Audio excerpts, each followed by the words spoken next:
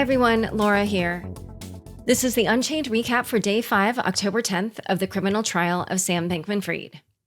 On Tuesday, at the start of the second week in the criminal trial of Sam Bankman-Fried, the former FTX CEO's defense lawyers finally seemed to make some headway after what was largely seen as an ineffectual first week. However, in the afternoon, Caroline Ellison, the former CEO of Alameda Research and the ex-girlfriend of SBF, testified, setting the stage for what looks like Ellison and Bankman-Fried blaming each other for Alameda's usage of FTX customer funds to pay the trading firm's debts. Ellison followed Gary Wang, the co-founder of Alameda and FTX, who testified against Bankman-Fried for a third day. It was the first time the defense did not use many repetitive questions and instead mounted a coherent line of argument to undercut some of Wang's testimony to the prosecution. Still, by the end, it seemed that Wang was a yes man who mostly followed orders from Bankman-Fried. In one example, Wang noted that Bitcoin's price in May and June of 2022 slid dramatically, causing Alameda's lenders to ask for their money back. As a result, Wang and top executives started calculating Alameda's balance on FTX to see whether the trading firm could pay back its loans. Defense lawyer Mark Cohen highlighted the difference between Alameda's total assets and Alameda's balance on FTX, specifically how Alameda had balances and assets external to FTX. Although Alameda had a large negative balance on FTX, Wang felt relieved when he learned that Alameda's net asset value, or NAV, was positive, highlighting how Alameda had more assets than liabilities in June of 2022. He said Ellison paid back some of its lenders when they realized Alameda's NAV was positive. Bankman-Fried's September 2022 memo about possibly shuttering Alameda Research resurfaced in Tuesday's courtroom. One of the bullet points of the memo shared with the jury stated Bankman-Fried's reasons for potentially shutting down Alameda. It said, quote, "The fact that we didn't hedge as much as we should have alone cost more in EV, which means expected value, than all the money Alameda has ever made or ever will make. And that's the kind of critical mistake we're likely to make if I'm not actually running the show there." So the defense lawyers here highlighted this quote in yellow and underlined "we didn't hedge" in red. At that point, the defense asked Wang about some signal chats between Bankman-Fried, Wang, and Alameda traders, in which SBF mentioned what Gary said was, quote, "the possibility of selling short some S&P 500 futures. And then a few days after that, the price of a bunch of cryptocurrencies fell. And then after that, Sam sent a bunch more messages being angry at Alameda for not doing that." In his follow-up questions, Cohen asked Wang if Ellison did not properly hedge. However, Wang replied that Ellison was CEO, but that he didn't know what the decision-making process was. When Wang was discussing the events that transpired days before the FTX bankruptcy, he said FTX customers were withdrawing, quote, "around $100 million an hour on November 6th, significantly faster than most days, which saw a withdrawal rate of about $5 million to $10 million per hour." The defense brought up the tweet by Binance CEO Changpeng Zhao about how the company planned to sell the FT tokens it was owned, and then asked Wang, quote, "Binance was FTX's main competitor, wasn't it?" When Wang agreed, SBF's lawyer responded, quote, "and his tweet triggered effectively a run on the bank of FTX, right?" This question was objected to by the government, and that objection was sustained. But when answering a rephrasing of the question, Wang said, quote, "I'm not sure if it was the tweet or the leaked balance sheet," implying that the cause could also have been the Alameda balance sheet that was heavily reliant on FTT. Additionally, the defense raised again Bankman-Fried's tweet about how FTX's assets are fine. Wang said the tweet was, quote, "true but misleading." However, under the defense's questioning, he did admit that FTX was solvent insofar as FTX had more assets than liabilities.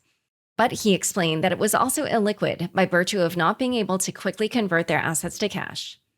The defense, attempting to explain the transfers that SBF and Wang made to the Bahamian regulators, brought up an email to Wang that said, quote, "the commission hereby requires you to attend the commission's offices at," and then there was an address, and continued, quote, "you are required to appear at 2:00 in the afternoon to answer questions, under oath."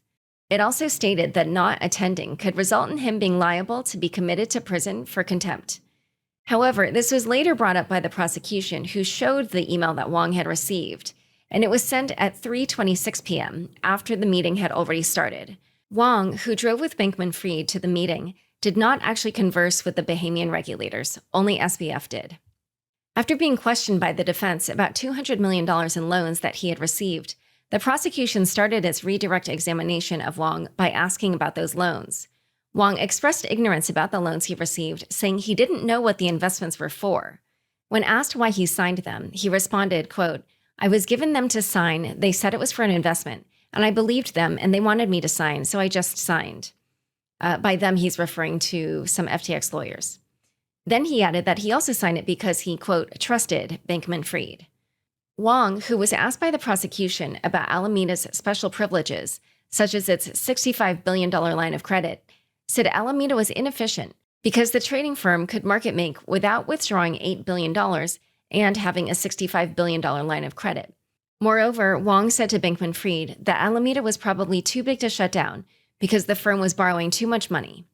Bankman-Fried responded with, "Acknowledged," Wang alleged. Ellison, sporting a gray blazer and a dusty pink dress, took the stand shortly after Wang. Straightforward, articulate, and often describing trades and financial activity in more lay language than Wang did, she may have seemed like a sympathetic witness to the mostly female jury, especially when she described her romantic relationship with Bankman-Fried. However, the prosecution took a while to walk through a spreadsheet Ellison had made in September of 2021, warning SBF that if FTX made another $3 billion in venture investments, there was, quote, "no way it could repay its loans to lenders." It was a harder-to-follow argument than the simpler line last week that Alameda took FTX customer funds without disclosing it. This line of questioning may have given fodder to the defense that the issue was the difficulty of flying a plane while building it. Ellison and Bankman-Fried met during their time at quantitative trading firm Jane Street when she was an intern and he was a trader. By 2018, Ellison said that she had not only left Jane Street to work at Alameda, but also started a romantic relationship with Bankman-Fried. Ellison, upon joining Alameda, said she realized the firm's financial footing was much worse than what she had expected.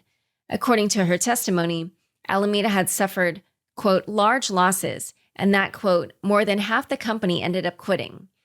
Ellison said that she asked why Bankman-Fried didn't tell her about these glaring details. Quote, "He apologized and he said that he hadn't known how to tell me," she said in her testimony.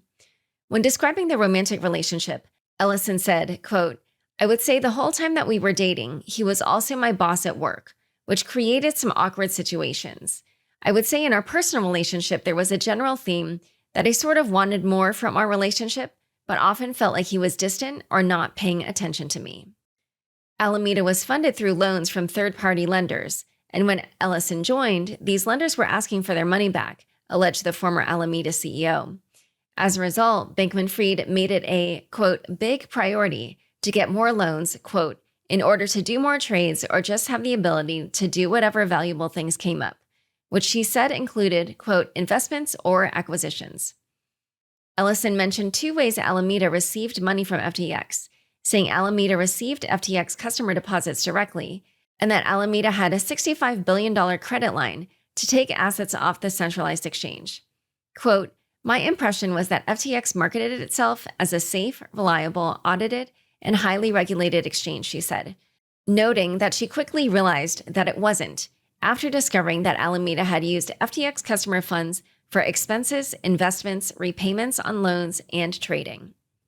Like Wang, Ellison said Alameda's $65 billion line of credit was not necessary for its market-making responsibilities, mentioning that a $100 million to $200 million credit line range would have been sufficient. Ellison also alleged that Bankman-Fried did not disclose this enormous line of credit to investors, auditors, and the general public. One of FTX's early investors was Binance, the world's largest crypto exchange by trading volume. In 2021, Bankman-Fried told Ellison that he wanted to buy back Binance's stake in FTX. The problem for Bankman-Fried was that FTX, even though it had just raised a $1 billion venture round, didn't have enough money. As a result, Ellison and Bankman-Fried used the $1 billion line of credit, which depended on FTX customer deposits, to acquire Binance's equity stake in FTX. Ellison's takeaway from this situation was that Alameda's line of credit could be used as a backstop or source of capital when the firm was strapped for liquidity. In addition to using the line of credit to shore up funds, Ellison alleged that Bankman-Fried had created FTT, the native exchange token of FTX, to borrow more money. In the beginning, FTT was trading hands at less than $1 and was not included in FTX's balance sheet. Eventually, Ellison indicated that Alameda began including FTT and FTX's balance sheet at Bankman-Fried's direction as a means to acquire more loans from crypto lenders such as Genesis. Ellison noted that she felt FTT's inclusion in the balance sheet was misleading because the FTT owned by Alameda in 2021 could not be sold for what they said it was worth on the document. If the huge amount of FTT was sold, the price of FTT would drop considerably, Ellison said. In 2021, when Binance decided to offload some of its FTT tokens, Bankman-Fried told Ellison to buy FTT to keep the price afloat, since the tokens were used to secure loans. Ellison added that Bankman-Fried would become angry when she spoke too much about Alameda's FTT trading in front of others. At one point, Alameda trader Victor Xu questioned why Alameda had bought FTT at what he felt was too high a price, rather than waiting for the price to fall, when it would have cost Alameda less. In a Signal message to him, Ellison wrote, quote, "FTT price is definitely something SBF's gotten upset at me for talking too publicly about before. So I was feeling stressed out about that, struggling how to respond." Then she noted she agreed with Xu. Quote, "I think we fucked up by not taking it down more earlier," meaning by not buying it lower earlier. Ellison became Alameda's co-CEO in 2021 and then CEO in 2022. One of her responsibilities as CEO was to handle the day-to-day operations of Alameda, as well as prepare the firm's balance sheet.